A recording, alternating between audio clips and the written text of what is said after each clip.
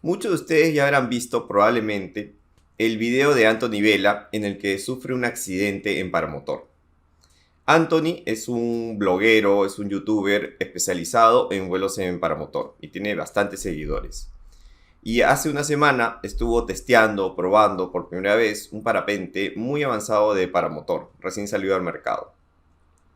Y él, si bien comete muchos errores tontos, como soltar los frenos y acelerar al 100%, soltar todos los trims y no tener los frenos en la mano, errores que después pagaría bastante caro. Además está concentrado en su celular, en las cámaras, y él lo reconoce en su video, que es bastante didáctico, reconoce todos estos errores. El colapso, sin embargo, se debe a un factor distinto.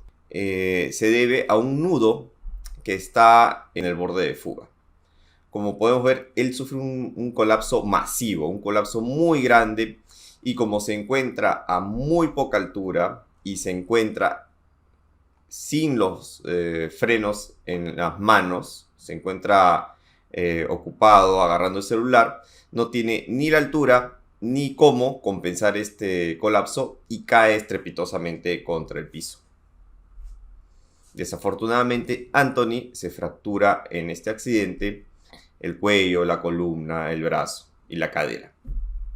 A los días él publicó este primer video en su canal de YouTube y luego a los días también publica un segundo video en el que se puede apreciar completamente el nudo que tiene en el parapente.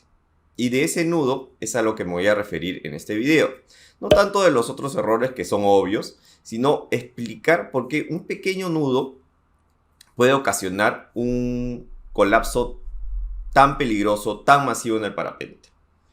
Lo que uno creería intuitivamente es que si el nudo está situado en el borde frontal del parapente, ¿no? Si nosotros volamos en esta dirección, este es el borde frontal, si tenemos un nudo en el borde frontal, esto provocaría un colapso. Pero ese no fue el caso. Anthony tiene un nudo en la parte del borde de fuga, en la parte de atrás. Y este nudo es lo que produce el colapso en la parte frontal. ¿Por qué se da esto? Se da por lo que llamamos estabilidad o inestabilidad del parapente, del perfil. Tenemos un perfil y este perfil vuela porque está rodeado de una capa de sustentación. Tenemos la mayor parte de la sustentación en el borde de ataque, una parte también en la parte central o la parte de borde de fuga. La mayor parte también está sobre el extra 2, sobre la superficie de arriba del parapente, pero también tenemos una capa de sustentación en el intra 2. Esta sustentación es una fuerza hacia arriba. Entonces tenemos que todo lo que bordea nuestra ala está bordeado o rodeado por una fuerza hacia arriba. Si sumamos todas estas fuerzas, teóricamente, y encontramos el punto central de todas estas fuerzas, lo vamos a llamar el punto de presión. Es decir, que vamos a situar teóricamente una fuerza hacia arriba, una única fuerza, ¿no? Como una flechita hacia arriba, que va a ocasionar que nuestro parapente sustente. Dependiendo de dónde esté ese punto de presión, ese punto específico en nuestro parapente, tendremos un perfil, un ala, un parapente estable o inestable. ¿Qué significa eso? Un parapente estable, un ala estable, significa que ante alguna perturbación regresa a su punto original. Es decir, si yo tengo un cabeceo, un parapente estable va a tender solo a regresar a su posición normal de vuelo. Si yo tengo un ángulo de ataque muy pronunciado, solo va a regresar a su posición natural. En cambio, un parapente inestable, cuando yo tengo una perturbación, por ejemplo, un cabeceo, va a tender a incrementar ese cabeceo. Lo mismo con un ángulo de ataque pronunciado, va a tender a incrementarlo. Las velas acrobáticas son velas de por sí inestables. Ellas quieren seguir el movimiento. Si yo la hago cabecear, el parapente acrobático va a incrementar ese movimiento. En cambio, un parapente de escuela, un parapente para principiantes, clase A o una B baja, es un parapente estable. Si el alumno entra en una turbulencia que lo hace cabecear, el parapente solito regresa a su punto original. Si el alumno frena mucho y luego sube las manos, el parapente solito llega a su punto original. ¿Y qué tiene que ver eso con el punto de presión? Va a depender mucho de dónde esté situado. Por ejemplo, los parapentes avanzados de competencia van a tender a tener su punto de presión muy cerca al borde de ataque. Igual con las velas de paramotor reflex o semirreflex. La mayor concentración de sustentación va a estar cerca al borde de ataque. ¿Eso qué quiere decir? Que si yo tengo un cabeceo, al tener el punto de presión acá, consigo que el parapente esté estable y evito que tenga un colapso frontal. Por eso estas velas pueden ser muy alargadas, pueden ser muy rápidas y pueden ser inclusive muy seguras cuando se acelera al 100%, porque el punto de presión está muy situado en el borde de ataque. Eso hace que sea muy estable ante perturbaciones de cabeceos. No va a tender a el parapente a colapsarse frontalmente o asimétricamente. Pero hay una excepción. Si nosotros aceleramos al 100% una vela avanzada o una reflex y al mismo tiempo frenamos la vela, o sea, al frenar lo que hacemos es bajar el borde de fuga, vamos a desplazar nuestro punto de presión que originalmente estaba cerca al borde de ataque y lo que impedía que el parapente se colapse. Al frenar la vela estando acelerados, vamos a desplazar este punto de presión hacia el borde de fuga, lo que va a hacer que nuestro parapente sea más inestable ante perturbaciones que hagan que el parapente cabecee.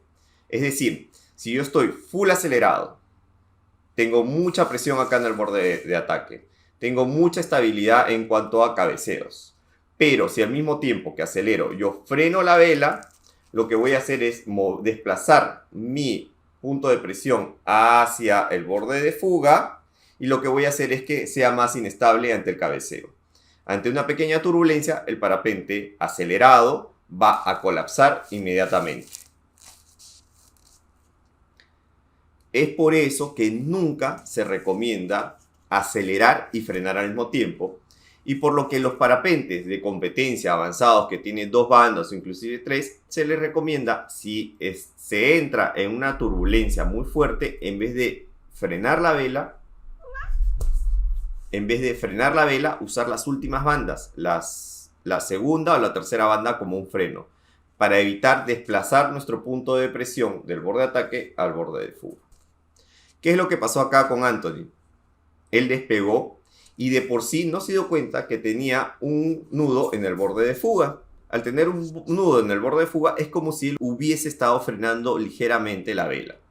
Sin darse cuenta de eso, aceleró al 100%. Usó el 100% de acelerado y el 100% del trim. Si la vela no hubiese tenido el nudo, se hubiese comportado como está diseñada, en el que la mayor cantidad de presión está en el borde de ataque y así entre una turbulencia este borde de ataque hubiese aguantado. Pero como tenía el nudo en el borde de fuga, es como si él hubiese frenado y acelerado al mismo tiempo, lo que ante la mínima turbulencia, como lo que se ve en el video, el parapente se colapsa de ese lado. Prácticamente él tenía el nudo en el lado derecho del parapente y casi todo el lado derecho se colapsa. Y como tenía poca altura, llega a impactar contra el terreno. Quiero aclarar que esta es mi hipótesis de lo que pasó.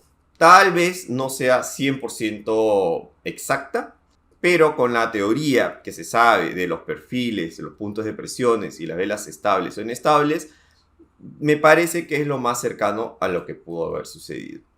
Si crees que la razón fue otra, escríbelo en la caja de comentarios. Voy a poner acá un video sobre las velas inestables y estables. Y quiero terminar el video agradeciendo a este piloto que, a pesar de estar mal herido en un hospital, se da el trabajo de publicar este video que, lejos de crear morbo como muchas publicaciones de accidentes, este video en particular sirve de mucha ayuda para pilotos, es muy educativo y nos da mucha información y sobre todo nos puede prevenir de tener accidentes similares. Así que agradezco la valentía de este piloto, Anthony Vela, y de su fortaleza al publicar un accidente de este tipo con tan pocos días de haber transcurrido. Muchas gracias por ver este video. Nos vemos en el siguiente.